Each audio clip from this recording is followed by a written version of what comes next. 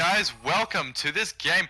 We have Division 4. We've got Replays is my color caster, and I am Tico. Say hi. Hey, what's going on, people of the internet?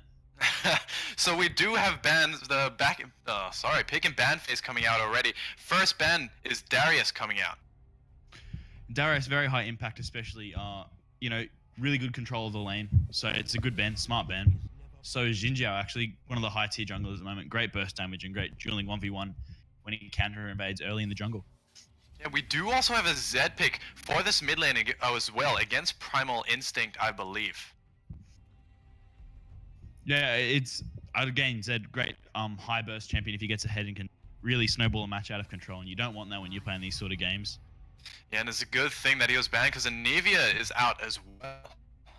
Anivia has actually been climbing the solo queue ladder recently. She's one of the highest win rate mid laners. I think she's second at the moment. So that's another smart ban from the blue side. Yeah, she definitely has come back into meta.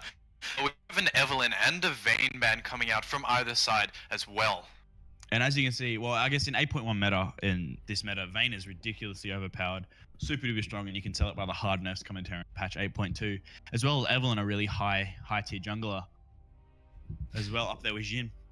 Yeah, they have come back into the meta, especially with Vayne, fleet footwork, and as well as press the attack, not as common anymore, but still pretty good. But a Pantheon pick is coming out first. That's interesting pick to be Pantheon. I haven't really seen it in any of the LPL watch live.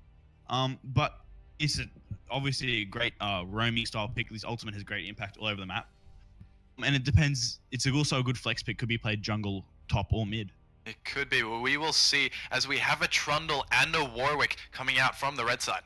Warwick is really good at the moment. Great lifesteal and good tankiness. So he's a great jungler. Ganks are also really good with the Predator, but he also takes press the attack, which allows him to go full tank and still have a lot of damage. And Trundle as well is really high pressure pick because he can just push down split push until the end of the days and use. Yeah, but we do have the bot lane being picked out before the next ban phase, the Twitch and Leona combo. And Leona is ridiculously strong at the moment, 52% win rate in solo queue, and to get that win rate on the support, it's got to be doing something right. So it's a great, especially with the meta as well, the Relic Shield meta for ADCs. Twitch is a great scaling champion, one of the best ones in the game, so that's another really smart lock-in from the blue side. Yeah, and the last pick before the ban, the second ban phase is Diana in the mid lane. And a really high burst potential mage, really of an odd champion having a burst mage, but she's really, really strong, especially in solo queue. I know I hate coming up against her. I know that. But we do have a Kayn and a Misfortune ban coming out. What do you think? Why do you think they would ban a Kayn? Well, Kayn at the moment is a really high ganking jungler. His E ability allows him to create all new gank mangles. And the MF ban, especially with, even though Poke got nerfed heavily, she's still really strong as both a support and an ADC pick, and obviously got it to lock in their bot lane. So it's a really smart duo ban pick, I guess. Yeah, and talking about the bot lane, they have banned the Braum as well, and also the Malzahar mid lane. Well, Malzahar's the big ban because Malzahar at the moment is absolutely busted, the 4th highest win rate in solo queue, and he's just such a great, does such a good job of controlling going, especially into Diana, a really hard counter, because as she is melee, the ranged advantage in lane, especially with that ultimate when Diana uses her closes, it's really too strong. I wouldn't want to come up against it if I was Diana. Yeah, but they have picked the Jinx into the Twitch and Leona. Now, how do you think that would play out in the early game? Well, I think definitely Twitch Jinx has the advantage early with the passive from Q switcheroo with that bonus attack speed. But I think the Twitch might actually be played jungle by Cinderhead here, as they've locked in the Jhin, which is a great, really interesting pick to see because I don't mind myself a little bit of Twitch jungle. That was a bit of juking there from this team because we did expect the Twitch, but we do have a Morgana mid and a Jhin ADC. So this is a very, very squishy team comp from blue side. Except the Leona tank, but I think definitely in the late game it looks like the advantage with red side for scaling, especially if they go with a support like Johnny here. I was expecting them to go with. That's gonna be they've locked in the Thresh, but they have locked in the Thresh. So how do you think the Thresh is going to play into the Leona and the Jhin? Well, I mean, obviously, Thresh, unlike Leona has one way forward. If they get ahead in the lane phase, especially with Jhin Leona, then she's all good. But if they get behind, Leona's got one way forward. And, when you're behind, that's really not good. But Thresh has the same engage and disengage. So it's a really smart pickup from red side. Yeah, but I want to focus on one of the bans, the Brom. Why would they ban a Brom when they have a Leona? Because obviously Braum's got his shield and that blocks it, Leona's Q and everything coming through. So being able to have that ability there to just deny most of the poke damage in city from Leona is, really, really strong for blue side. I mean, red side here. So I think it is quite a smart ban, especially with Braum being so tanky and tank supports being so strong at the moment. Well, Blue, they do have, as you said, they were very squishy. So could potentially Pantheon be building tank? Potentially, especially if he takes Ignite here, he's hovered, which would be a bit odd in a game like this. But especially into a Trundle, he's going to have to really look to use that. He's going to really have to look to use his Q to poke down Trundle early and try to get an advantage in the lane phase, and then spread it around the map. Yeah, and looking in the jungle as well, I want to see how this Warwick plays into the Twitch, because Twitch, early game, will probably be able to dominate Warwick, but towards the late game, how do you think that's going to play out? I actually tend to disagree with you there. I think Warwick in the early game definitely has I think Twitch has the better ganks early with his Q to sneak in early levels. But if Warwick goes to invade Twitch, I believe in the 1v1, Warwick actually has the advantage just due to the fact that he's got his Q to gap close, his E to absorb most of the damage, and then, obviously the ridiculous lifesteal his passive gives him as well. I think Warwick is really good in that respect. That's why he's so strong at the moment, because it allows him to go full tank and still do a lot of damage. And now, we did focus on the mid lane before, but we did not know who Diana was going to be picked into. But now that we know that we have a Morgana into Diana, how do you think that's going to go? I think that's a really, really smart pick from blue side here, because the amount of CC Morgana brings, obviously being a support, with the rework giving her a lot more damage. I think, especially with Morgana's new ultimate, when Diana comes in for a moon rush, when she just pops ult in the Diana as a stun after a bit of delay, as long as Morgana can survive a burst with her black shield, I think, Morgana's a really smart pick. And I think definitely, especially Diana having trouble as a melee mid laner, will get pushed in early, and she's really going to have to look to hit her mid game power spikes to outscale this Morgana. Yeah, but looking at this blue side, they do have quite a bit of engage, especially with the Pantheon jump. He does have an ultimate as well, and the Morgana Dark Binding, as well as Leona Zenith Blade ulti, the stun. They have a lot of engage in CC. How do you think the Thresh is going to deal with that to protect the Jinx?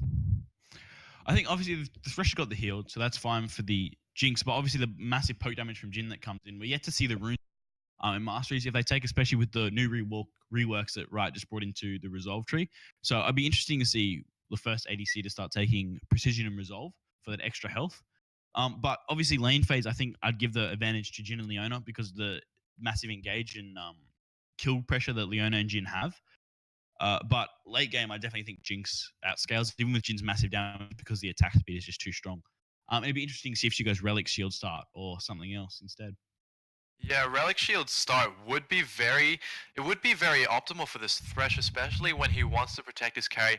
He could build Locker of the Iron, so like he could build a lot of utility to help protect this Jinx. He does have a Thresh Lantern, and on top of that, if he decides to go Relic Shield as well, which he probably won't if the Jinx goes Relic Shield, but if he does go Relic Shield, he does have the Face of the Mountain as well as another shield, alongside the Locker of the Iron Solari and even the Knight's Vow. I think definitely blue side's made it. I think they've put themselves in a little bit of timer here. Even though they've had ridiculous damage late game, I think once Thresh, Warwick, and Trundle get going, they'll just have too much tank for Diana and Jinx to get in and put down the DPS. So I think, blue side will be looking to really get a strong lead early game and finish the game off before it gets to like 25, 30 minutes. So it'll be interesting to see how the game plays out. I think they put themselves at a bit of a timer here, but you know what they say? Pressure makes diamonds. Yeah, but you've tried it and you haven't been able to get it, have you? That's true. Bronze 5, that's where we are. But as we go into the loading screen, I just really want to focus on this Twitch. How is he going to be able to affect his team in the laning phase? How is he going to be able to help his team? Well, I don't know if you remember back to about season 4, I think it was season 4 meta when Twitch jungle was actually a really strong pick.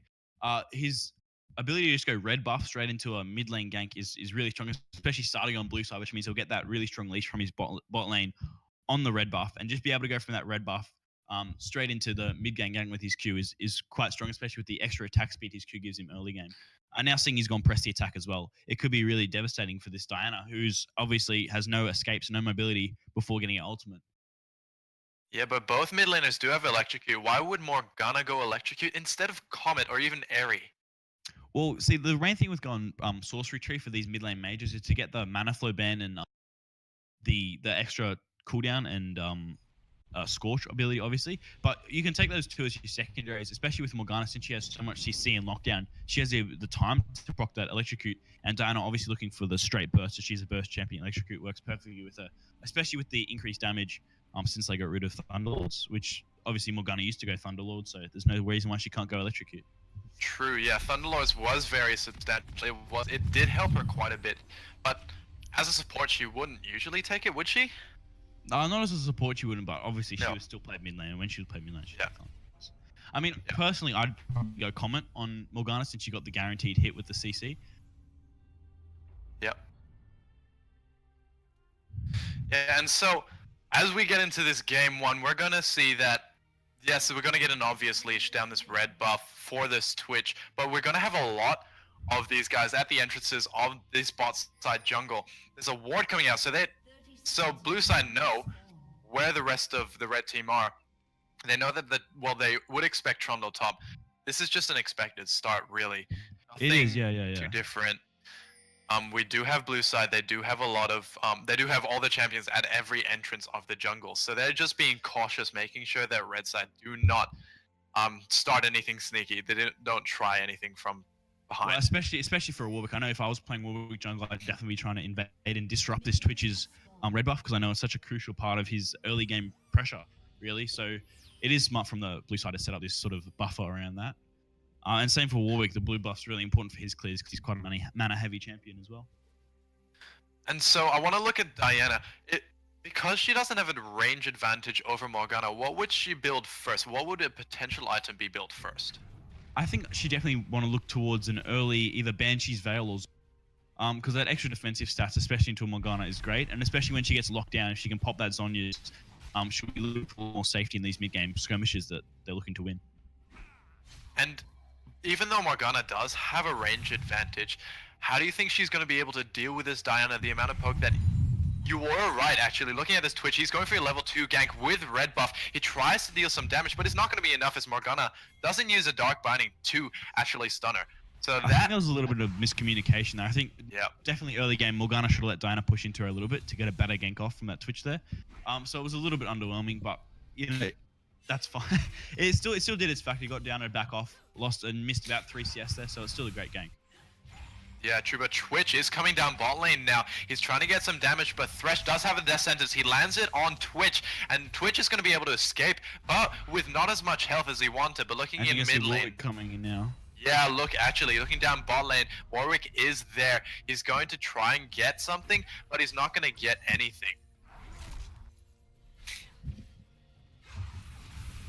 But if we focus on this mid lane again, how do you think the Morgana's going to deal with the amount of, even though she has a range advantage, how do you think she's going to deal with the amount of poke that she can do? Well, I think obviously Diana, she uses her R as a gap closer for her Q, obviously, so she's got to wait to make sure the Moonshot is procced. But obviously Morgana's Black Shield denies a lot of that CC. But we did actually see the first blood going over to Twitch before Leona. Good to notice where the Warwick was, and as well the Twitch managing to land a Zenith Blade and helping the Twitch land a first blood. Yeah, well, as you can see, that's why engaged support so strong at the moment. Rank 1. Leona there, just a quick ping there, seeing on that deep ward they placed behind the turret there. And she's just great coordination between the Twitch and the Leona to come through and secure that first blood for blue side. And that does put the Twitch ahead with 1 kill. He does have 3 more CS, but that's jungle CS, so that's not as effective. But we do have the Twitch. Maybe he's gonna use a lot of lane pressure. He's gonna come up top lane. Trundle may be looking in trouble here as Pantheon tries to stun him down. He tries to deal some damage, but there's a third. Press the attack stack onto the Trundle as Ignite as well. And Pantheon gets the final blood. That's a great kill, especially for a Pantheon trying to look ahead to get in that lane. And it's a great executed game from the Twitch there, especially being able to get that kill on the Trundle. Yeah, and he has brought his lanes ahead now. They do have a gold advantage, 1,200 to be exact, or 300 to be exact. And this is going to put them at an advantage right now in the early game. Even though 1,000 might not be a lot in the mid-late game, right now it is quite substantial. especially because they've picked such a squishy snowball comp here. It's really important to do with it, and they're going to look to hopefully press this advantage to get some neutral executive, especially with the Warwick, who has great neutral executive control with his amazing lifesteal to be able to solo any of them. The Zenith Blade coming out from Leona, trying to get an engage. Jin is not there. He's too far away. His range, not good enough to be able to deal some damage as Leona tries to engage onto that. And as you saw, just before Leona actually did use the Zenith Blade to get in there, the Jin already used his W. Here we go again. There's a re-engage onto Thresh. Jinx returning some damage, but it's not going to be enough as they try, but they're not going to be able to succeed. And that Thresh is extremely low. He should be looking to back here, but obviously he's just throwing out the landing for a bit of shielding on the Jinx. Staying around here could be dangerous, especially if this Twitch comes in with a Q gank. Yeah, but they are pushed up quite a bit, so they might not be as effective as you'd like, especially at such a low level. Level 4, a dive might not be as effective. Oh, obviously not, no. But as you can see, Warwick's moving up here. Yeah, he is actually just going to take the grunt, but Twitch is there as well. This Twitch is everywhere. Cinderhead, he knows what he needs to do to be able to keep his lanes ahead, and it shows in the goal difference between the teams, 1,000 goal difference. It's a great lead for this blue side to have, as I said before. You know, with the Twitch and the Jin, and they've really only tank they've got is Leona. But obviously, depending what Pantheon builds that game, from what he's doing at the moment, it doesn't look like he's going to get much tankier at all. No, you're right. He has built the corruption. The first item he has got is a corrupting potion, and that might be just to deal a little bit of extra damage with his poke. But yeah, of course. It's just not. It's not going to be as helpful towards the mid and late game. Spear shot might deal damage, but not enough towards the tanks like Trundle, Warwick. Thresh slightly tanky, but looks like he's building utility, especially with the relic shield. He will be looking towards the face of the mountain. Yeah, and Thresh is expected to go face of the mountain with the early sight stone as well on the red side. They hopefully use that to get some extra vision over Leona, who hasn't had a chance to get back yet and get another item. But so we do have a Twitch coming mid lane again, trying to get a gank. Dark Binding misses, but the ultimate does hit, but it's not going to be enough damage. Ignite is popped, so is the Twitch passive, but is he gonna die? No, he isn't. Diana's going to live through all of that. As you can see, Diana popped her shield just at the right moment to stop the press hit damage.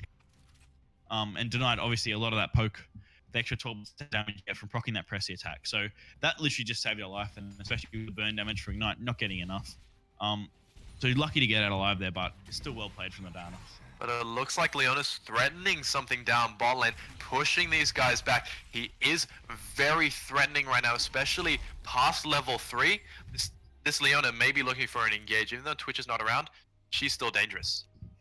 Of course, especially with the extra HP she's got. I think she's got almost she's got over 1,000 HP already at level 5 as compared to the Thresh, who's got a little bit more, but the Jinx is a lot squishier than this. You know, you see. But the death sentence lands onto Jin. The Flay is going to miss as the flash comes out from Jin, as well as the heal. Nothing's going to be traded for that. In fact, Jinx is low, but it's not enough to get a kill. I'll be looking to see, as you see, Diana roaming down now. Yeah, Diana is roaming down, but she is going to get spotted out by that ward in that river bush. But heal also coming out from Jinx as well, trying to get some extra movement speed, but it's not going to be quick enough. I think that's a little bit of a waste of the summoner spell there, but it is not too bad considering Jin has blown both his flash and his heal. But it's definitely not something you want to be doing this early.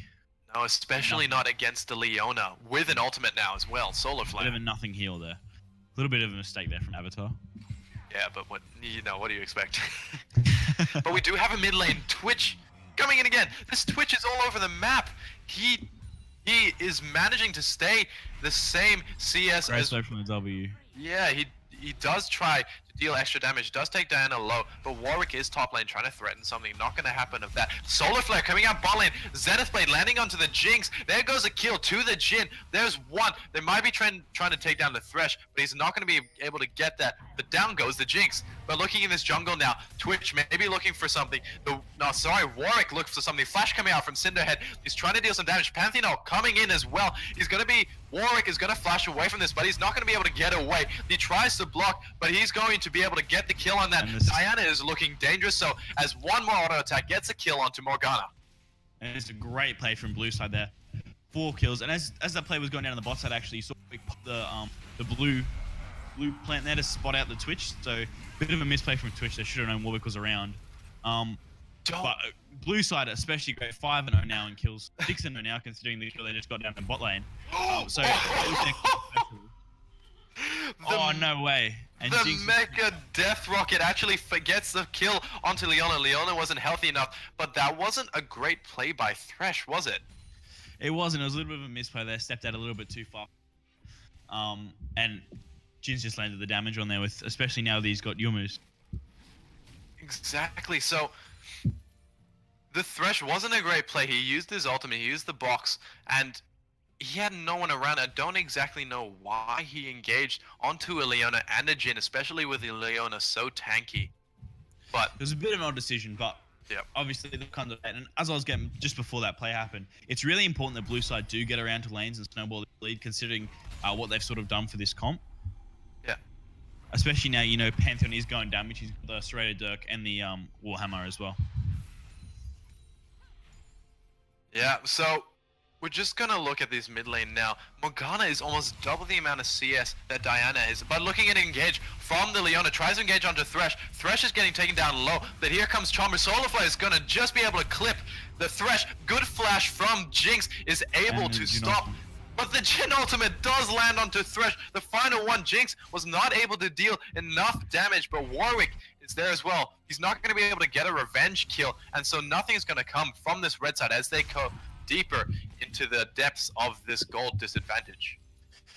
Yeah, it's another great play from Leona. You see why she's amount of engage and utility along with that tankiness is really invaluable. In comparison to the Thresh, who needs a little bit more time to get that tankiness and better engage. Yeah, but looks like this blue side will be able to take this Cloud Drake. Red side do have vision over them taking it, and they might be looking to contest this, but they do have vision. Diana tries to engage onto Morgana, but the stun, the Dark Binding, as well as the stun from the Jhin is going to be able to actually secure the kill onto Diana, and down goes Warwick right behind him, and there they go. Done, and blue side have a massive lead now. The one good thing for red side is, of course, they do outscale relatively hard, but that's what you can see the disadvantage of taking a melee mid laner such as Diana. Once she dives in, it's really hard for to get locked out, especially with the amount of CC this comp has with the Jhin, Leona, and the Morgana, of course. Yeah, but the question is, will they be able to survive until the late game to be able to scale? Especially in the mid game, considering, as I was just going listening to CC before, but you've also got Pantheon's point and click stun, and this lead is getting a little bit out of control with them now picking up first blood turret in the mid lane.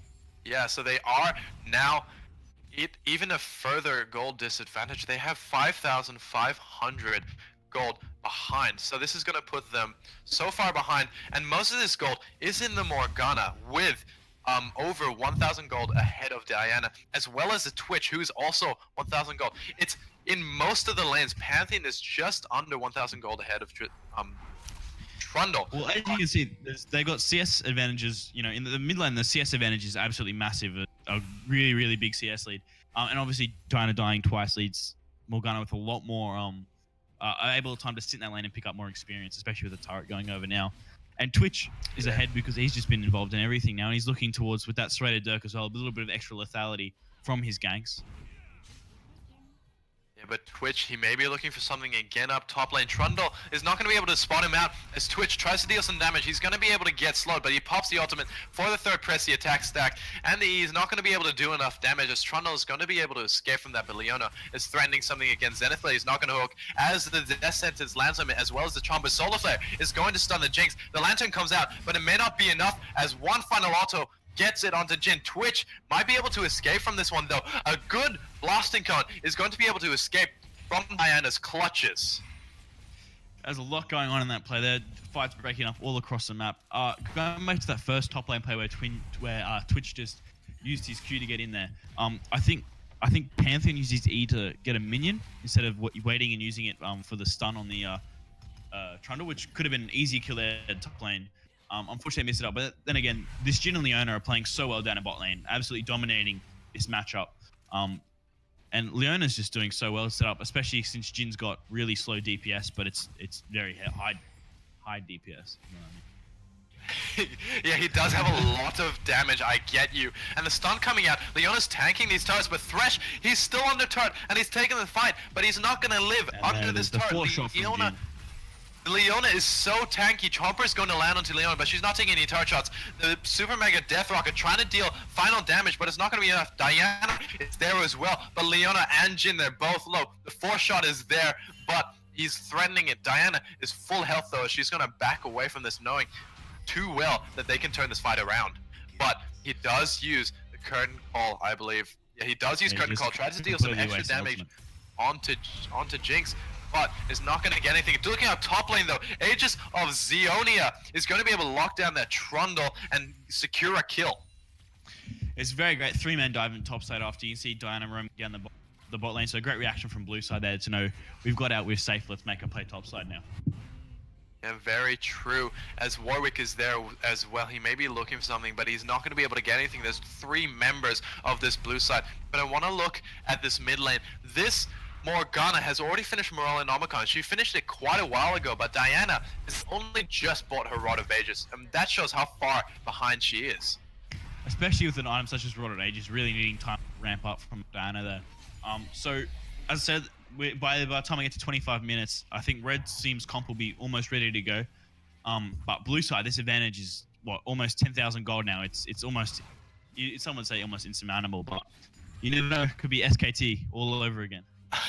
Yeah, they do have a 7,000 gold advantage, and definitely SKT might happen. They do have a lot of scaling on their side, especially with the Trundle and the Thresh once he builds a lot of his utility items alongside the face of the mountain as the Locket of the Iron Solari. But looking up top lane, Trundle is trying to engage. Pantheon does pop Yomu's as Trundle takes quite a bit of damage, but looking down bot lane now, this turret is falling quickly as it goes down. That is going to be second turret to the blue side, and the box comes out. But we're looking up top lane again. Trundle tries to deal a lot of damage. He flashes away from this engage, and so Pantheon tries to re-engage. He takes too many turret shots, but one final spearhead does manage to get the kill on it. The death sentence coming out of Leona. He's going to be able to secure the kill from the Jinx. Super Mega Death Rocket. He tries to flash over it, but it's not going to be enough. But he does actually manage to get the double kill, and now Jin is the focus target. Now Diana is taking a lot of damage, but it's not going to be enough as she gets the shutdown kill onto Jin.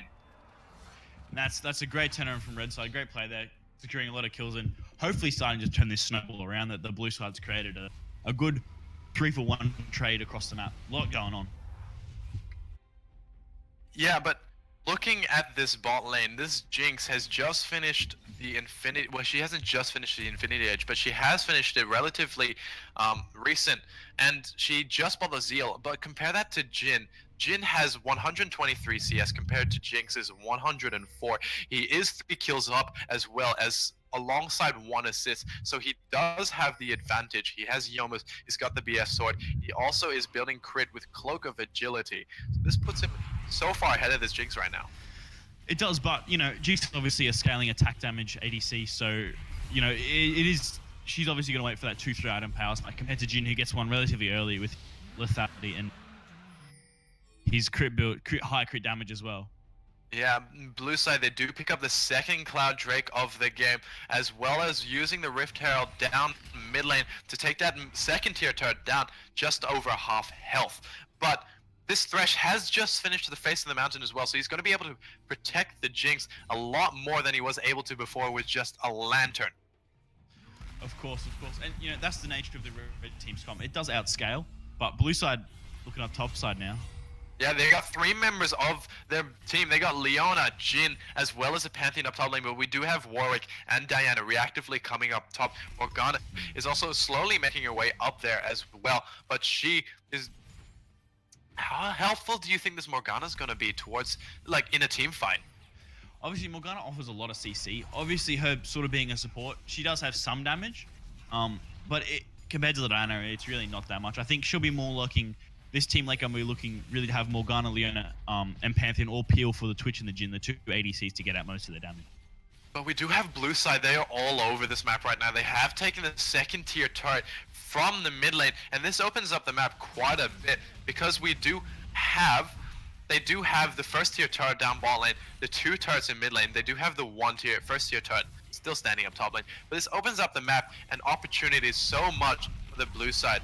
But Trundle maybe looking for an engager. Warwick is not too far behind, but he's not going to be able to stop Jin and Pantheon from taking down this turret quickly. Warwick maybe looking for something. He does have ulti up, but he's going to disengage from that. Just protect the turret, stop it from falling, because it's what they have. It's the only first tier turret they have left. Yeah, well, especially as you can see during blue side did take the second tier mid lane turret. Red side did trade back with their first turret of the game in that bot lane. Obviously not worth a trade, as you can see. It does give up a little pressure, but at least it's something for the red side to come and have to get them back into this game. And this map is being opened up. The ultimate coming out from Warwick, trying to engage onto Pantheon. The heal coming out from from Jin, sorry, and the smite as well onto Pantheon. The Trundle's going to be able to pick up the kill onto Pantheon, and now Jin is in focus. He's forced to flash away from this, but Jin actually gets a kill onto Trundle. Diana gets a return shutdown though, and the flash dark binding from Morgana tries to get a kill, but the lantern is not going to be enough. The solar flare, sorry, the solar flare coming out as Jinx goes down. The kill. You're right there, mate. Yeah, it should be fine. I'll just get some water. Yeah, it was a great play from red side to offside, but obviously blue side answered back, and you can see the effect of this mid lane turret going. Look at all this vision control. It was a little bit more before those plays happened, but the blue side have already got nice deep vision in this red team's red conduit, especially setting up for a Baron soon, which could really help them finish this game before the 35-minute mark, where red side's going to really start ramping up in these mid-game skirmishes. And Jin has finished the Infinity Age as well, following up the BF sword. He does have Yomus as well, and he does have the boots. He does have, what do you call them? The boots of swiftness. So he's going to be able to walk fast with the Yomus as well as the boots of swiftness. But the Jinx has just finished the Infinity Edge and the Rune's Hurricane, so she is at quite an even level with this Jin right now. Yeah, Jin is going to be putting out a lot of DPS in the team fights. With his full shot, obviously the massive movement speed boost, that gives him off his crits as well. Once he builds full crit, he'll have really good peel, especially considering how squishy the blue side's team comp is in these fights. But you know, Leona tries to engage onto Diana. Diana is getting dark bind. There's a lot of CC coming out onto that Diana, but Diana actually lives through that Jin, trying to deal some damage with Curtain Call, but it's not going to be enough. Trundle is dark binded as well, but down goes Leona. Now in comes the ultimate from Pantheon. He tries to land it on Trundle. Down goes Trundle to Pantheon, but this Jin doesn't deal enough damage to Warwick anymore. This Morgana's going to drop to the Warwick, and Super Mega Deathrock is just going to go wide as he tries to pick up something onto Jin or Twitch, but it's not going to pick up anything. And here you see where the red side tanks actually come into advantage. You're giving a lot more sustain in the team fight. And of course, Diana's agent's now starting to stack up. She's got a lot more health, a lot more sustain in the team fights, and that's really turned it around. Especially Warwick's E ability there. His passive on when he has it active, I think it reduces damage by about 50%. So that's why you can see Jin doing absolutely no damage there. And red side could be starting to turn this game around.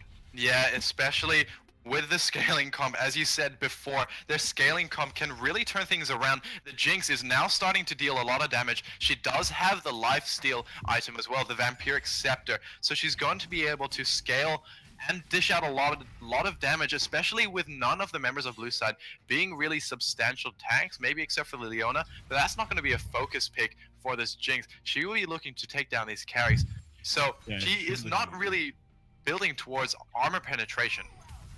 No, and nor should she. As you can see, you know, Pantheon's Yomu, Twitch has got, you know, obviously no armor there, and she doesn't really need it.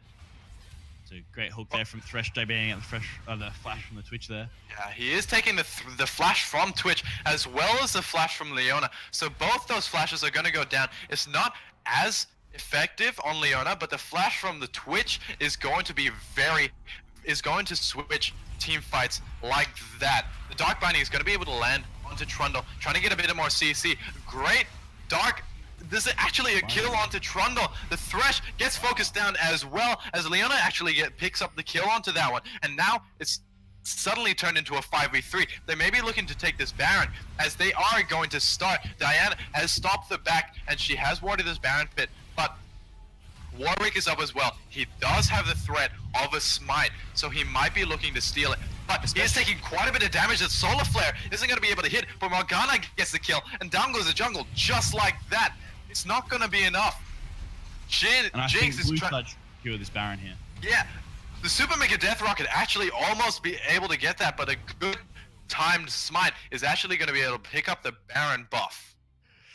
And that is a massive thing for blue side. As red side in those sort of mid-game team, sort of starting to come back there. And as you can see, blue side is taking early game advantage against Baron. Yeah, and Mountain Drake has just come up. And with Mountain Drake, both teams will be looking to take it because they want to take down objectives very quickly. As we saw, blue side, they were able to take down Baron sort of quickly, but it's not going to be as quick as they would have liked to, especially with that Jinx, Super Mega Death Rocket, and the amount of DPS she can dish out, and as well as the Warwick. So they will be looking to take this Mountain Drake. Well, the other thing is Warwick has been able to farm up really well. As you can see, he's got about 10 CS on Twitch. Obviously, they changed the CS in the jungle over the preseason, so it gives you 3 per camp. But he's got an extra level on Twitch, which means he's got extra smite points. But blue side are taking Mountain Drake and has secured that now. Not much Warwick could really do about that as he backs off into his own jungle. Yeah, he can't steal that. He knows he can get taken down really quickly. He just doesn't have enough. He does have a Titanic counter, but that's about it. And now Leona tries to engage. Down goes Cinderhead as quickly as possible as Diana manages to get the easy kill onto Twitch. And now we see how squishy this team is. Twitch goes down so quickly to Diana. Well, that's the difficulty with Twitch. That's why even you see Uzi in the take on that champion, taking the wrong position for a flank that cost RNG potentially their spot in the world's final. He's a really difficult champion to play on these flanks, especially being played in the jungle as well. To make an impact in these team fights, to fully impact, he really needs to watch where he's coming from, make sure he's fully out of sight until he gets into the fights.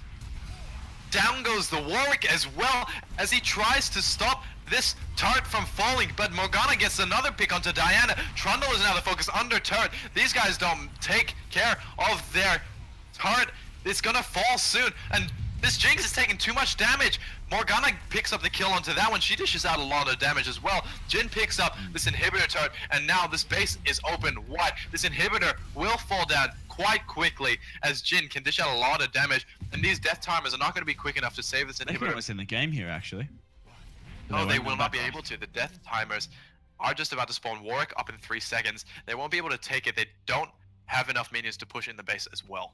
I would have liked to see him try for one of the Nexus turrets there, but as you can see on red side there, they did take the top lane turret, but their bot lane was up there, which is a bit of a misrotation there, considering especially the pressure that blue side has now. They have Baron. They should have been in base protecting it with the team, given the pushing power they have. And as now a result of that, blue side have taken the second tier turret bot lane, and they're looking to push on further. Nah, yeah, it would have been nice, but they do have a lot of red side. They do have 4 members of red side just protecting that inhibitor turret. That's the only thing left they have in this bot lane. Looking up top lane, they do have a second tier turret still standing at full health, but that won't be for long if these guys keep pushing Pantheon and Twitch. Blue side are all over the map right now. And I want your attention to both Pantheon and Trundle's items. You can see how far Pantheon is 2 levels up and 2 items ahead. Given that Trundle's only got the Blade of the Ruin King completed, and he's got 2 components towards what looks to be a what's it called? Dead Man's Plate. True, and that you can see the gold difference between these 2 champions. 2,000 gold difference as this Pantheon has 2 lethality items and is looking to shred as well with a black cleaver. Sorry. I think the Blade of the Ruin King is a really odd choice for Trundle, especially within his team comp. I think his role in this team needs to be a big split push, so I'd expect him more of a Ravenous Hydra sort of first item. But Jinx actually gets caught out by the Dark Binding, and down goes Jinx to the Jhin suddenly. And you can see there the advantage of Morgana having a Banshee's Veil there. Proc when Jinx dropped her chompers to move out of the route and not get caught out by the rest of her team rotating there. But this blue side is everywhere. They're trying to get a pick onto Trundle. Trundle doesn't have enough resist as the Lantern is not going to be able to get clicked on as Trundle goes down quickly. But Pantheon and Twitch have been pushing up this top lane, and Diana falls down really quickly. Twitch trying to deal some final damage, but is not going to be able to get anything. But these guys are pushing this inhibitor turret now. They're going to open up the space so wide. And the disadvantage red side are right now. They're at a 12,000 gold deficit, and gold doesn't matter anymore because they're so far behind.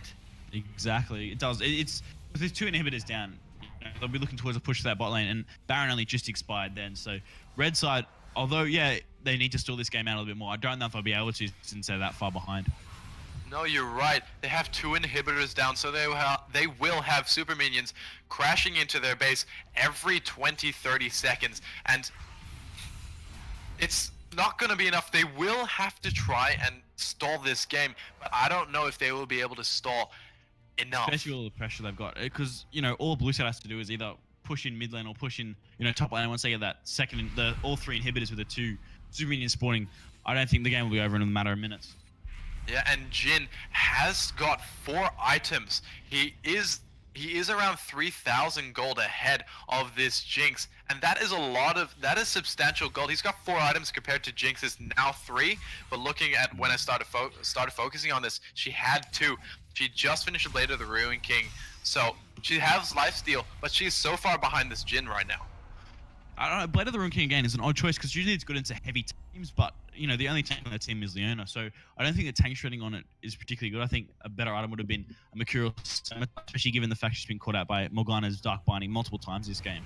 Exactly, but I guess this it's Warwick is gonna fall so quickly. These guys are so far ahead. Jin dealing so much damage, and he's gonna fall so quickly. He doesn't have enough resist. And there's the advantage of taking an early game pick comp into this game. The pick potential when someone's get out of position in one of these games and they're basically dead already because of the burst damage they have. Yeah, and the Dark Binding is going to be able to land on Diana. She falls as well so quickly. Pantheon actually picking up the kill. Jinx forced to flash away from this. Curtain Call is being popped, trying to land some damage onto the Jinx, but Jinx is not going to be able to fall. Trundle taking a lot of damage now. Jinx is in the fountain trying to heal up, but it's not going to be quick enough. A Thresh is going to fall. He's rooted for such a long time with that Dark Binding. They're going to focus on this Nexus start. Down goes the first one. Super Minions are going to take the second one. This is going to be the game. This Pantheon is BMing now. He's using the ultimate, they're under fountain. Nexus is still alive, and now it's dead. And down goes the Nexus. Game 1.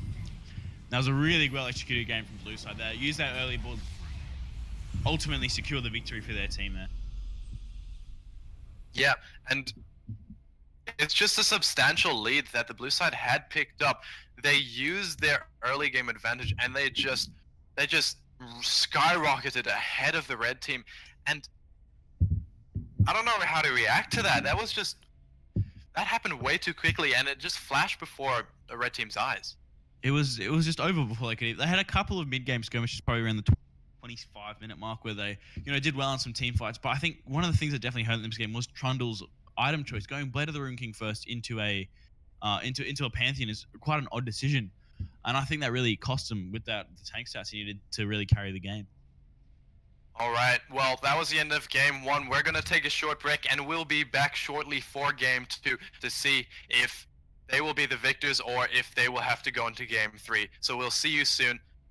Thanks for watching. Season is back.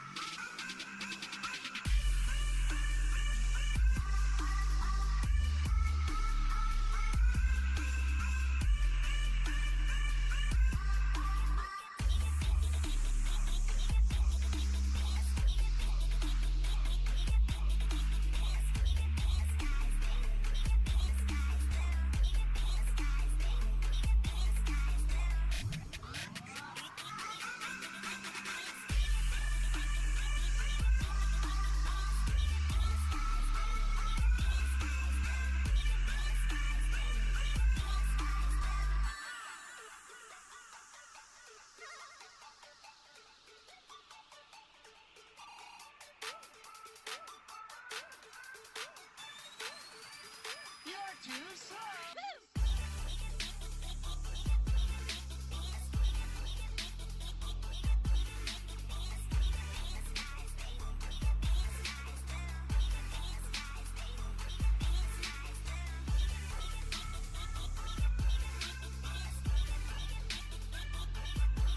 we are back. Thank you guys for staying with us.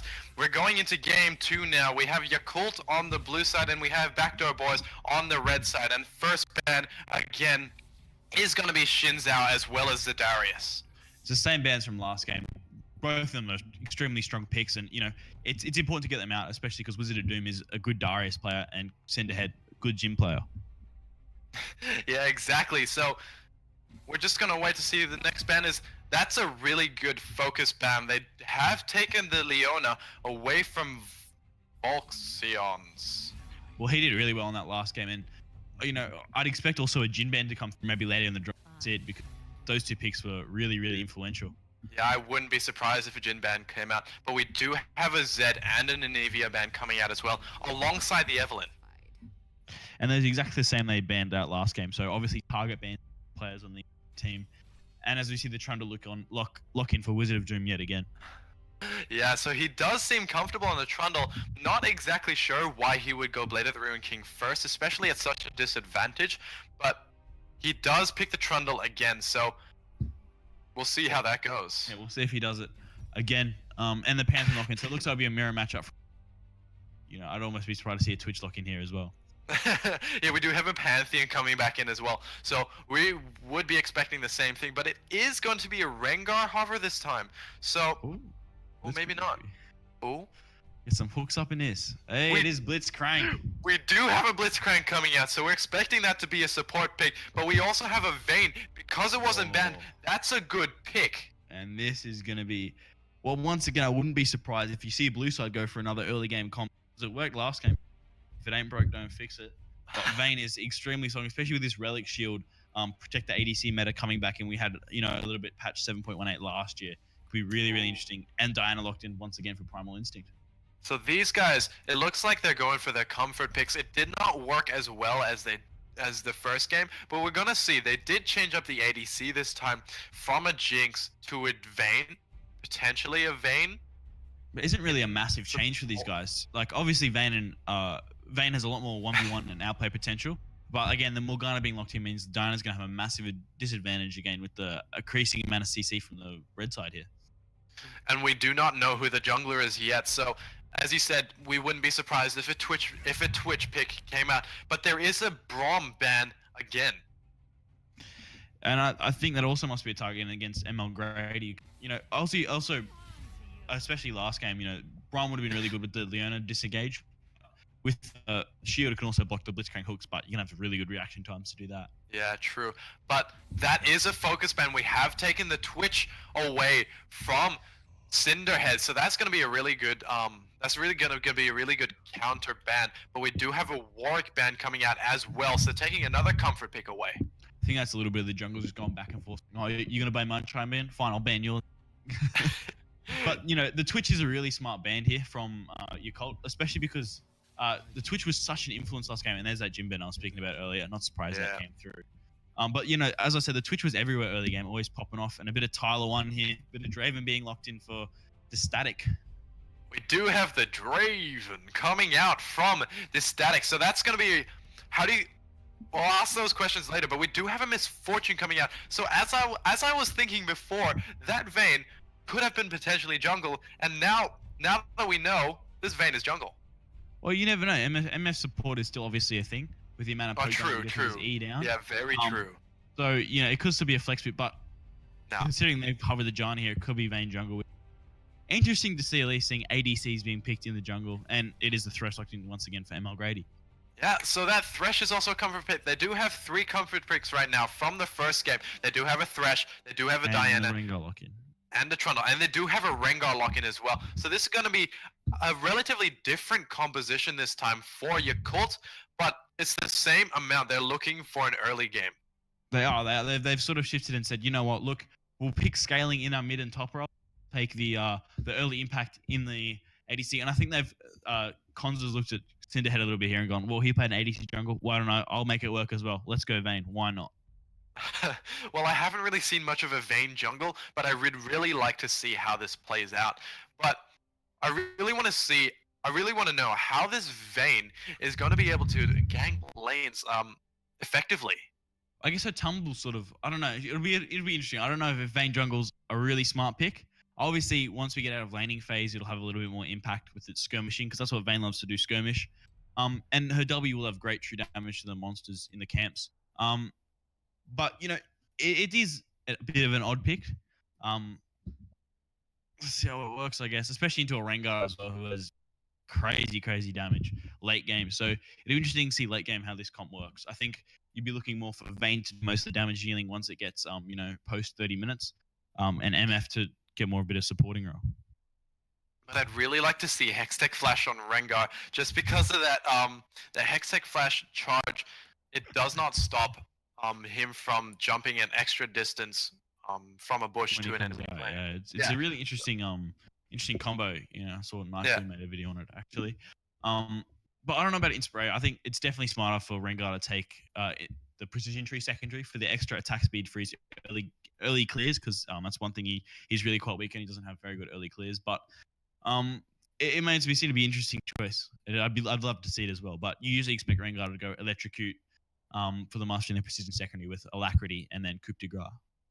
Yeah, that would be a good pick, especially against, well, Yakult don't have as much of a tanky composition as they did the first game.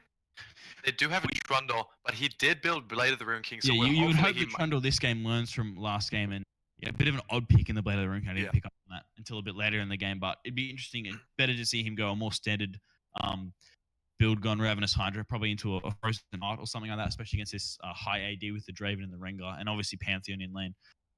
So it is going to be interesting to see how this game unfolds. But I think late game, once again, you know, obviously the Backdoor boys have gone well. Morgana mid worked into the Diana last time, Pantheon to Trundle. It was both a winning matchup. I don't know how it's going to be interesting how Draven Blitzcrank goes into MF and Thresh. I think MF is a little bit safer than Jinx in the lane phase. So the amount of poke damage coming out from MF will be great with the slow, and it's just going to be Hook City down there with Blitzcrank and Thresh.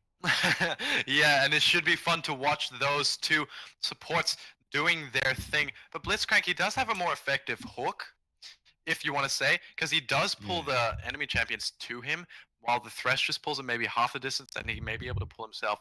Hey, look, a hook's a hook. Let's just leave it at that. Yeah, true, but it does. Blitzcrank has allowed the enemy to come to their team, so it allows them to set up where the Threshmore holds them in place where he lands. Yeah, so more of a stun than a hook per se. Yeah, exactly. More like a Leona Q.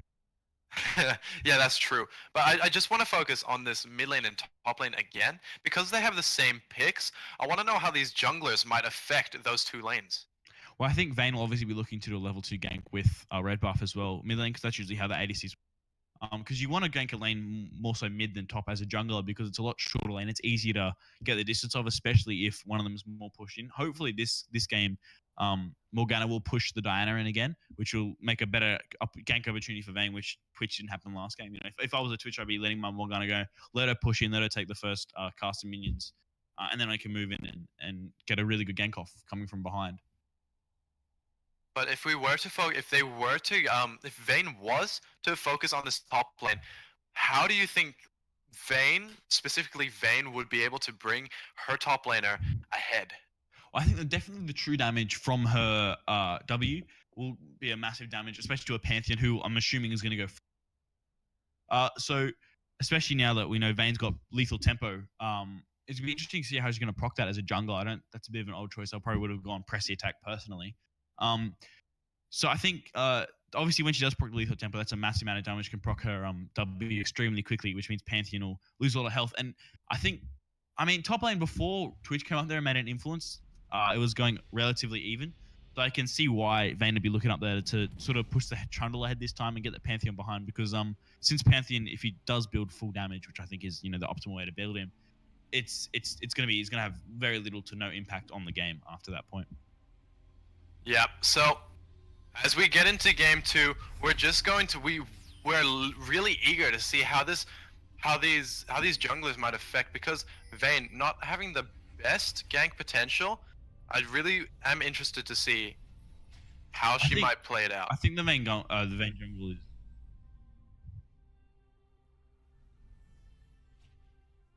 I think sorry, the Vayne jungle pick is going to be focused towards mid lane skirmishes than anything else. Yeah, true. So you're saying that she might not gank as much as the Rengar will because of she might want to scale more into it. I mean, Rengar in itself as a champion, he likes to farm to level 6 because that ultimate is so important for his ganks, especially in the mid lane where he doesn't have any lane ganks to go through. But it looks like they might go for some cheese. The Blitzcrank does land a hook onto that ADC, I believe, Misfortune. So Misfortune's just going to walk away from that with a hook coming. There has been a flash pot for Misfortune, so she will be at a disadvantage going into the laning phase. And it's going to mean she's going to have to play extra safe, especially into this Blitzcrank hook, because she's got no flash to get out now. She's only got the heal for her escapes. Along with, however, she has got Thresher's Lane in there, which is something that Blitzcrank doesn't have a disengage for his support. But a little skirmish there in the jungle going well for blue side, giving them a little advantage. But red side has got vision down on that start, and they'll be able to track the jungler quite effectively. Yeah. And looking at the Rengar, though, how do you think he's going to affect top lane? Specifically top lane, how do you think he's going to affect how this Pantheon plays into Trundle? Well, I know as a Rengar main myself, he loves top lane is the best lane to gank because he's got all those yummy bushes to jump into. So I think Rengar's going to definitely look in top side, especially with his burst damage. If he gets a nice clean combo off on the Trundle, he'll be slowed. He'll be CC removed as well from the Rengar, and the amount of damage he's able to put out, along with the Pantheon's Q into a stun, it's going to be a very high kill pressure lane already with Pantheon, and with the Rengar jungler, it's going to be even more. Yeah, and we are looking at this bot lane right now. Draven does deal quite a bit of damage with his spinning axes. It's not a lot, but it's still quite substantial, especially at level 1. So now hitting level 2. But those spinning axes will be very effective going into the mid game, even in the late game. How do you think that's going to affect Misfortune and Thresh and how they play? Well, I think, obviously MF on that flash early, she's going to have to keep back early game, but towards the late game, it'd be interesting to see what blue side decides to do. But if Vayne comes in as the main damage dealer, more so Draven's going to have to focus on that Vayne, which has obviously her ultimate and her tumble away as an escape, and looking more for MF just to use her ulti to burst down targets to get a good AoE burst damage down. So I don't think it affects the way MF plays, well, too much, depending on how blue team decide to run their comps into the late game. But Thresh himself definitely is going to have to build a lot more, going to definitely build an armor item to stop the damage coming through from this Draven. Yeah, he does have the relic shield, but it will not be enough, as this spinning axes from Draven can dish out a lot. But I don't know how to probably say his name. Volxians. Yeah, that's right, thank you. Volxians. Volkswagen. he does enjoy dishing out a lot of playing really aggressive, but this Vayne is forced to flash. Rengar is there as well. Condemn coming out. Then comes Auto as well as the Morgana actually picks up first blood from that one. And that's a really, really smart play from Red side there. Sees the Vayne out of position, knows to go through. Really good flash extent there from the Rengar actually to jump on top of that Vayne, forcing her to use a Condemn after a flash over the wall there. But I think for Vayne, it's a little bit silly flashing over that wall, considering there's a brush right there, which Looking down bot lane though, Blitzcrank is in a bit of danger. He's taken down quite a bit, but those spinning axes is dishing out quite a bit of damage, doing their work. But they might not be enough, as Thresh does have more health than both these bot laners right now. They're really quite low here, the Draven and the Blitzcrank. They might want to be a little bit careful. Yeah, exactly, but they still need to back off. Misfortune has healed back with the help of health potions, but it does look like this Draven has built Kleptomancy. Yeah, that's the one thing it's Klepto Draven. Whoever thought that was going to be a thing? Klepto Draven. The spinning axis, does that proc it? Yeah, I think it does proc it actually. I think I was watching Tyler on stream the other day. He was going Klepto on Draven, I don't know. Yeah, Klepto Draven is a thing. I didn't even realize. Well, I mean, think about how slow his attack speed is with those Qs. I guess, he does need, I don't think press the attack or any precision masters would be really that great on him, so I can understand why he would go Klepto. But the Blitzcrank rocket hook is going to miss. The death sentence as well is going to land on a minion. So Klepto Draven, that has changed the entire game. He's going to be able to go with the gold advantage. He's going to be able to pull ahead as well as a CS. He's 10 CS ahead. And Which is a looking at the massive lead. Yeah, looking at the difference in CS, he's 200 gold ahead. So this is going to be able to pull Draven ahead because they're looking for a scaling team comp right now with the Morgana. Well, not scaling, sorry. Looking to go far ahead. This Draven as well will be looking to... Well, I mean, Draven currently is one of the weaker ADCs in the meta. I think at the moment, ADCs are relatively viable, but of them all, Draven is one of the weakest. So, you know, having this Klepto boost on him, I think will catch him up with the goal, get him a little bit ahead like it does for Ezreal. It'll be interesting to see how the item league gets ahead at later game. I would have liked to see him go shield though to get that extra gold generation to, you know, really accelerate his progress into the mid game. True, but yeah, he will be able to sustain in lane a bit more than we thought he would be able to, especially with the health pots that he might receive as well. So, but Vayne might get caught out. The tumble does not push her far as the knockup comes out. Blitzcrank falls low to Thresh dense sentence. But Rengar, this Chill's trying to focus down this Vayne. He's going to be able to get it. And Thresh is forced to flash away from that. The Rengar trying to focus this, but he's not going to be able to get anything. He's ended the bowler strike on there, and no, he still gets. But that again, Red, you can see the weakness of picking Vayne jungle there. She's got no real escapes, no real stealth or dash or anything besides that little low range tumble. But against a Rengar jump, you know, it's nothing. I think this leads to an Infernal Drake for Red side. It does. It does lead into an early Infernal Drake for the side of. Oh, I've forgotten them. For the side of Backdoor boys. Backdoor boys, you're right. And so they're going to pick up an early Infernal Drake, and that's going to put them even further ahead. They are now at just under 2,000 gold deficit. Yakult. So I think this is looking to a similar situation from game one. You see they get the head early, especially since Diana's looking to build that Rota Ages, you know, relatively quickly. But she's gone for a Findish Codex. Yeah. So it's quite interesting. I don't think that builds into. Oh, it might actually build into. I don't think it does. Build into. The Rota Ages. No, it's not. It's No, it doesn't. The Ornn thing and Blasting Wand. But yeah, it's interesting to see what she's got going for this game. Maybe she's adapt her game from like we get extra CD. I think yeah, blue side are in a bit of a spot here, but once again, I think they do slightly outscale the Backdoor boys. So it'll be interesting to see how this game goes. It might be a little bit close. I think it'll come down to the game skirmishes between these two teams.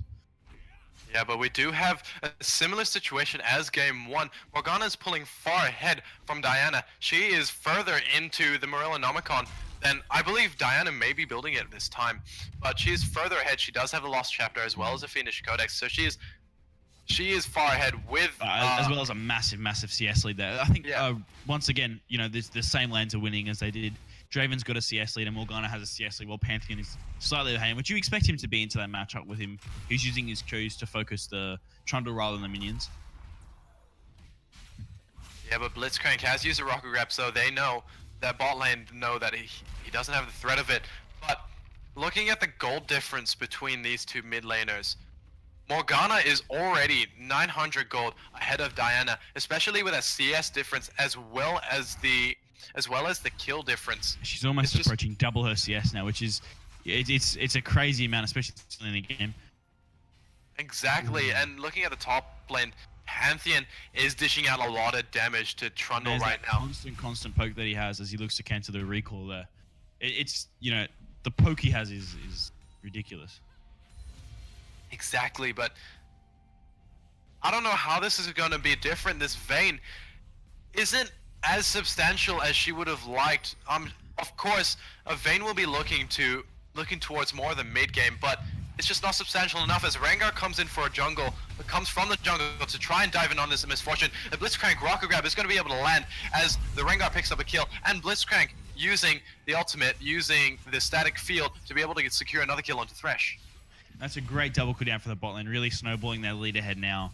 Unfortunately, the kills didn't go over to the Draven, but Rengar picking up a kill there means he'll get another stack on his bounty, and he'll, look to really scale towards that Dustblade. So yeah, it's interesting him picking up the teammate here. I don't know why you'd build that on a Rengar. I think there's a lot better items to go early game. But you know, each their own. Personally, I would have picked up my Smite. But I think going back to the top lane, the poke damage that Pantheon has is really crippling for the Trundle, because it means he can't push up and he has to worry about this threat.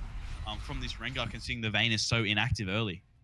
But he is playing it well against the Pantheon, though. He is ahead in CS. He hasn't given the Pantheon any kills as well. So the goal difference between these two top laners, the Trundle is winning right now, but this Vayne is getting another engage. Is forced to flash away from the rocket grab, but Draven is trying to get some kills. Down goes the Vayne to the Draven, and the Flay might not be enough as he tries to engage, and that's another kill for the Rengar. He's so far ahead with 3 kills to his name. And that's what you love to see as a Rengar. 2-0-3, or 3-0-3. What a great scoreline. This Vayne is just the thing with an AD carry in the jungle. When you pick it, you really got to be impactful early. You got to use your range. You got to use that advantage. But against a Rengar with his gap closer, it's really hard to do. And first blood turret falls over there to red side now. And I think you look into a similar situation as game 1 here, where they just snowball this lead out of control. Yeah, and Conzer21, he tries to do the same thing that Cinderhead did before, using an 80s, well, a marksman to jungle, but it's just not enough. The Vayne is not as effective. She did not gank enough of the lanes to be able to bring their lane as far ahead. I don't think she has. I think she attempted one gank bot side, but didn't really get much off of that. But she's really just been sort of farming the jungle. But even then, she only got 49 CS to Rengar 76. So she's massively behind. And as a Vayne, that's definitely not what you want. The engage from Morgana trying to get something onto Diana, but it's not going to be enough. She did use her ultimate. She did use the Soul Shackles to be able to try and lock down the Diana, but it wasn't enough as Dark Binding missed as well. And but she's they're also off the burned. Oh, sorry. Yeah, but she has burned Flash and the Ignite, but off the back of that, they were able to take the first tier turret. Which is, again, opening the map up more and more, get some deeper vision in, and really start taking control of this game and snowball it. But looks like there's a lot of members from Yakult. No, not Yakult. The Backdoor boys. All 5 members going up top lane, and they will be looking to take down this top lane first tier turret as well. And you see Rengar there moving on to the Rift Herald there. It'll be really good to use that, to secure all the first tier turrets, and then just wait for that Baron to come up, get control of the top side of the map, and really, finish this game off early. Yeah. That's what they're looking for, an early win. They're going to be able to secure this Rift Herald without any contest from Yakult. So this is going to be a dangerous play. Yakult, their scaling is not going to be enough. It's looking to be the same as the first game. Backdoor boys are taking all these turrets. They've got Rift Herald, and that's going to be able to maybe be able to secure that turret down. But maybe not, but it's a lot of scaling that these guys just cannot use right now. And so Draven gets a kill onto Vayne, and down goes Vayne again. And what's it now? 0-4 as a jungle. That's really not what you want. 7-0 overall board, and it's even worse than the first game, especially with this Rengar being so out of. But there's an engage onto top lane as well. Diana tries to get a kill onto Morgana, but not Morgana. Just gets absolutely CC locked, and there's another kill for 8-0 now on the scoreboard, and another turret. So 3-1 in turrets. What, 7k up in gold, 7.5k up in gold. Sorry, it's looking like it's going to be extremely hard for the blue side to come back from this one. Yeah, and Backdoor boys, they do have Infernal Drake on their side as well. So this is not looking good. It's looking the same as game 1, as I've repeated over and over again. It's not great. I think it just comes back to that Vayne jungle pick. It just seems so odd. Especially, I can understand the Twitch, because obviously he's got his stealth there. It's a great gank tool, but Morgana, Vayne's jungle is just, she's got no real way to get in there besides, just walking in like a mid lane roam or something like that. But even then, they usually have gap closers.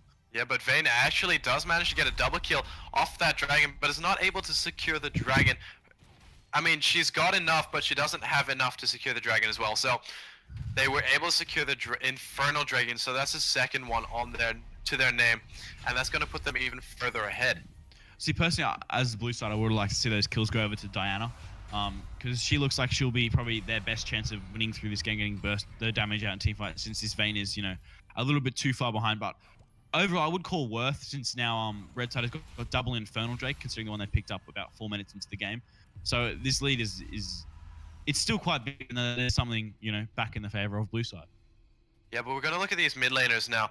Morgana has finished a Morellonomicon, and she's also finished a Sorcerer's Boots, and is working towards building some magic resist with a no magic mantle. But look at Diana. She hasn't even finished an item. She does have Fiendish Codex, and she does have the Stinger, but we can't really see what that's building into. And then Properly. she's probably gonna try build the Stinger obviously into the what's it called? But Rengar is dishing out a lot of damage to Trundle. They're going to be able to secure a kill onto Pantheon, and Pantheon goes down for the first time. No, Pantheon doesn't go down. Trundle goes down for the first time. You're right. And this is a great chance for Pantheon to catch up on that CS, get a CS lead ahead. And that's obviously his first kill of the game on the Trundle, which means Rengar should be now at 5 stacks on his Bone Necklace, which is an extra 20% AD, which this early on in the game is a massive advantage for him.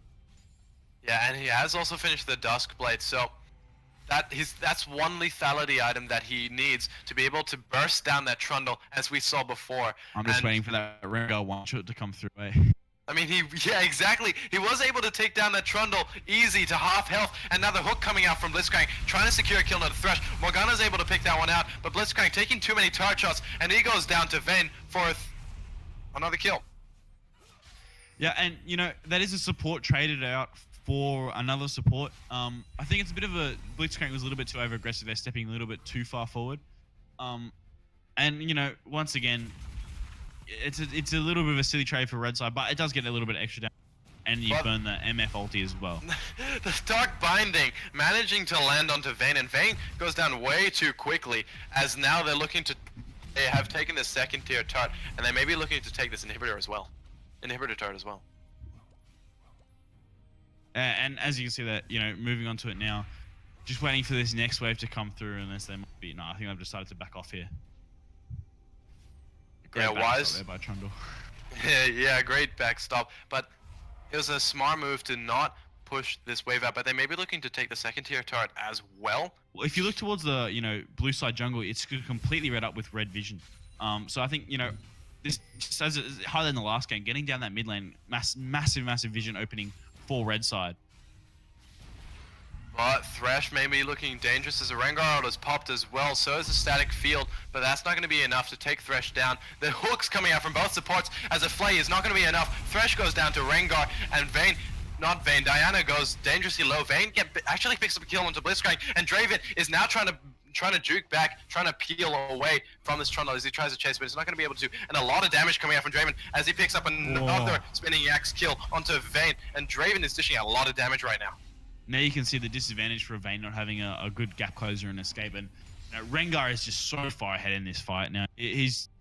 I'm just waiting for that sweet jump EWQQ combo to just one-shot a carry. Yeah, but I don't think we're going to be able to last long enough in this game. These guys are so far ahead, want 10,000 gold ahead right now.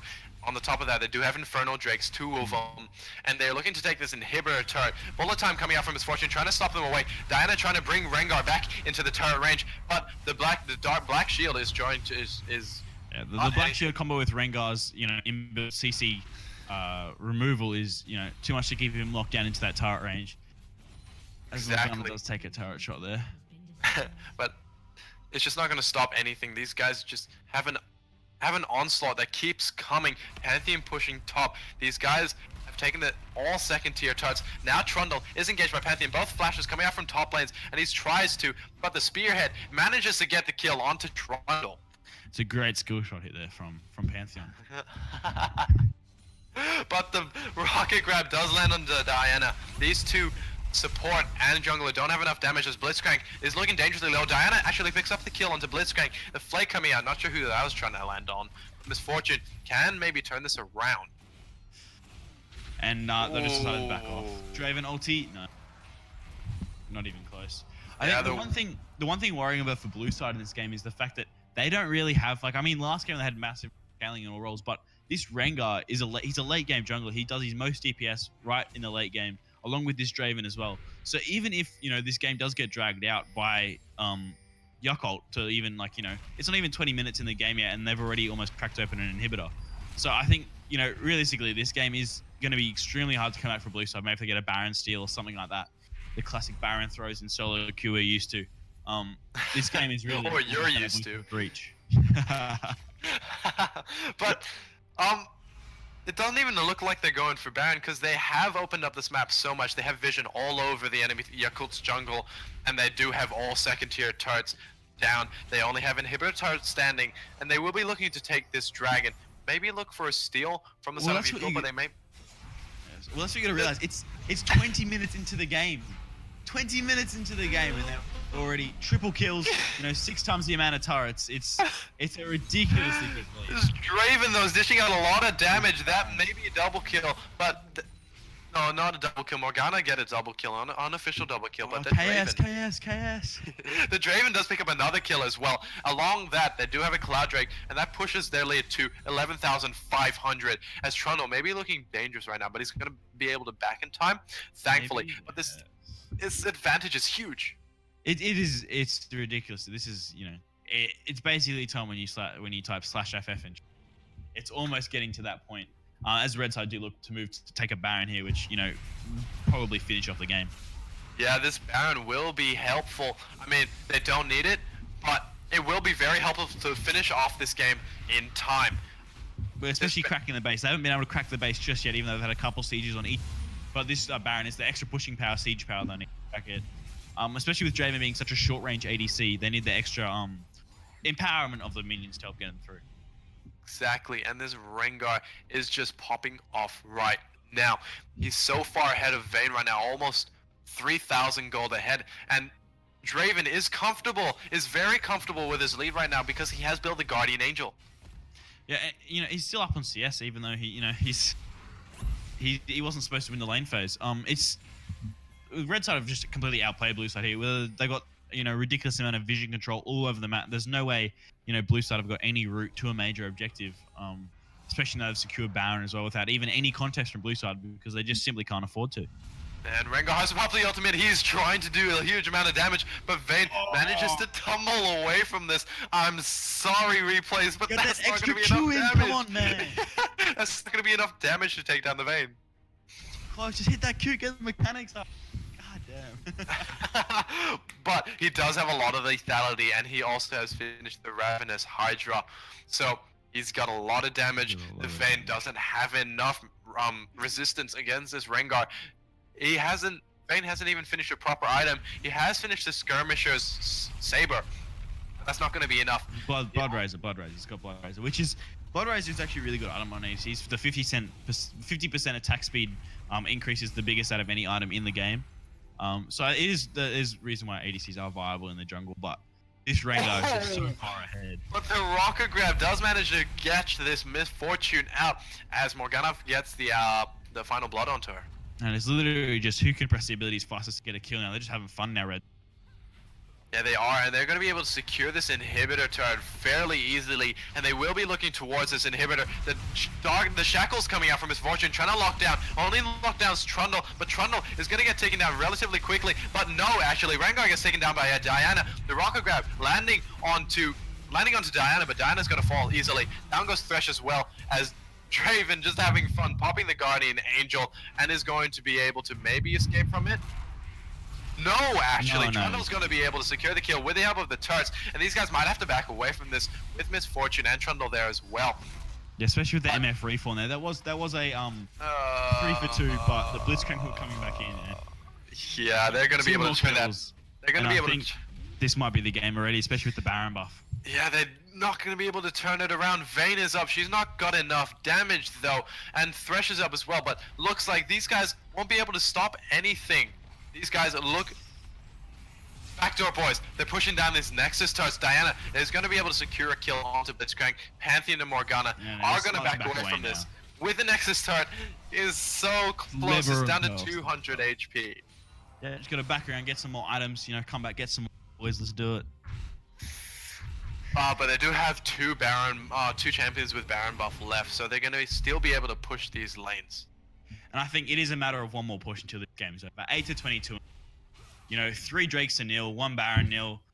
There's literally no facet of the game they're losing, and they've lost 1 bot side, but for that they picked up a second tier mid turret, so it was a good turret trade anyways. Looking towards a 15k gold lead almost, or 15.5k gold lead, which is the biggest lead you'll see. It's a substantial amount, and I mean, I don't see the point of comparing items, but this Draven has 3, Misfortune has only 2, and is building a cloth armor, maybe trying to look for a ninja tabby, but it's just not going to be enough against a Rengar who's got a lethality item. He's also got Ravenous Hydra, and is looking towards to build another lethality item as well. I don't know why he went. He should have gone Yomu's second item instead of the Hydra. You know, you need that double. You know, then build a what's it called, Knight's Edge, and it's just one-shot city. The best feeling in the world. Especially you can see these 2 Infernal Drakes coming in, giving them a massive AD boost as well. I think it's a 12% AD AP boost. Yeah, and it's going to be huge as these guys will be looking towards to take the inhibitor turret. Misfortune dishing out a lot of damage with the bullet time though, and the Thresh Flay is coming in, actually securing a kill onto Draven. Down goes Rengar as well. But before that, Rengar was able to secure a kill onto Vayne. Diana trying to re-engage onto Blitzcrank. Maybe the scaling is coming back, but Diana tries to get a kill, actually gets another kill onto Blitzcrank, and Pantheon, though, is pushing down this Nexus turret. He's pushing this alone. He's got super minions on his side, attacking these turrets, but Backdoor boys going for the backdoor. Backdoor boys going for the back door. He's trying to secure the Nexus, but it's not going to be enough. But he has taken down 2 Nexus turrets. And this will just leave for the super minions to start pushing into that wave, which means someone's going to have to be back in their base at all time, maintaining the. Exactly, but Cloud Drake again is up, and I mean, it's not. It's a Cloud Drake. It's 26 minutes. Just get it. You know, wait to 28 minutes, get it, so you can get the Inferno, so you get the Elder Drake to spawn. Let's see these big buffs come through now. Yeah, and that's going to be a substantial buff if they last that long. They do have an open Nexus, by the way.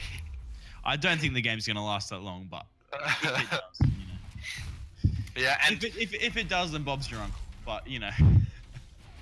Look, they were able to turn the fight around, but that was because their Pantheon was pushing down these Nexus towers. Well, that yeah, was a distraction. Basically, yeah, it was all the bait, massive bait, big bait.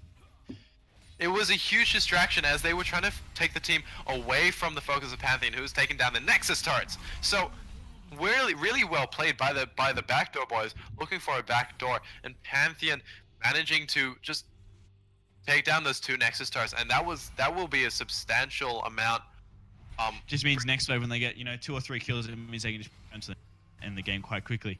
Rengar, come on, go for the Vayne, get her, give me that one shot. I want to see a one shot.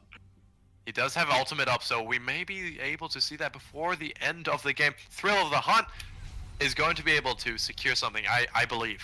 I believe we'll see a one shot today. Either on the MF or the Vayne. I don't mind. Just pick one and go for it. But Morgana has finished the Banshee's Veil as well, alongside the Rylai's Crystal Scepter, so she will be dishing out a lot of damage, and that Torment Soul will be able to slow champions who are caught inside it. But Trundle is looking dangerous right now as he's alone up this top lane turret. Rengar dishing out a lot of damage without an ultimate used as well. Oh, he missed it. Oh, he had popped the ultimate. He jumped into a minion. He jumped into the super minion. He Minion, cannon minion. God Diana trying to re-engage onto Rengar, but the Torment Soul is going to be able to dish out a lot of damage to Diana as Pantheon picks up the kill onto that one. It's just too much damage coming out. They this Diana obviously being a melee AP mage burst sort of champion, which is a bit odd. One of its kind along with Cassidy. She jumps in, she has no real peel, and I think Red Team here are going to go for the Nexus and try and end the game. Looks like they're going for the Nexus. They might be able to, but Bullet Time coming out, dishing out a lot of damage. The Shackles coming out from Morgana, but in comes Redemption as well. Misfortune falling low, but Thresh is not going to be enough. Misfortune neither, as she falls down to Draven spinning axis. Pantheon is going to be able to take down that Trundle. And there it is, there's the ace.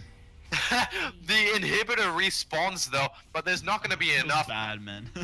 Diana is not going to be enough as she tries something. Nope, she isn't, as Nexus falls down for game 2. That's 2-0 for Backdoor boys. That's a GG easy in chat. No. Great game played there. Great game. It was just too much. To be honest, the Vayne pick they did lose in the game. It should just no impact early, and it really let the Backdoor boys snowball the lead out of control, and they win the series 2-0. And that's really unfortunate for Yakult. They tried their hardest. They looked for a scaling team comp, but they just weren't able to last that long. And the snowballs coming out from Backdoor boys was just able to bring them so far ahead that they just didn't have a choice. Well, especially, you see that Rengar. He's the highest CS in the game. A Rengar jungler is the highest CS in the game. the 2 Infernal Drakes and obviously his passive as well. It's a 32% bonus to his AD. So he was absolutely massive, popping off, jumping around, couldn't get the one shot. But we can be forgiven for mistakes sometimes. I just want to see the amount of damage these champions dealt, especially the Rengar. I want to see how much damage he had dealt to the rest of this team, especially with those lethality items. So looking at the graphs, I mean oh, that's surprising because he didn't dish out a lot of damage. Morgana dealt most. Morgana hit a lot. I don't think she missed many Dark Might over both games. Actually, she was really quite good. Getting those roots and giving a pick opportunity for a team, especially considering how squishy they were.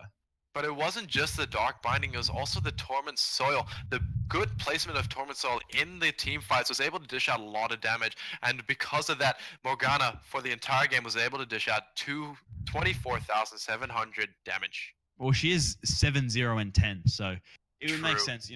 The amount of gold this team has, every single member of that team, except obviously the support, is over, 10k. Draven with 14,000 gold compared to theirs, not even at 10. It was really poorly played by the blue side. They really got let down by both pick and ban phase in the second game and the item choice in the first game. It never really allowed them to unlock their champion's full potential and, win the games. Yeah. Well, thank you guys for watching. That was Backdoor Boys against Yakult. I am Tico, and my partner is Replays. And, thank you guys for listening. We will catch you next time. See you later. Have a good one. Good night.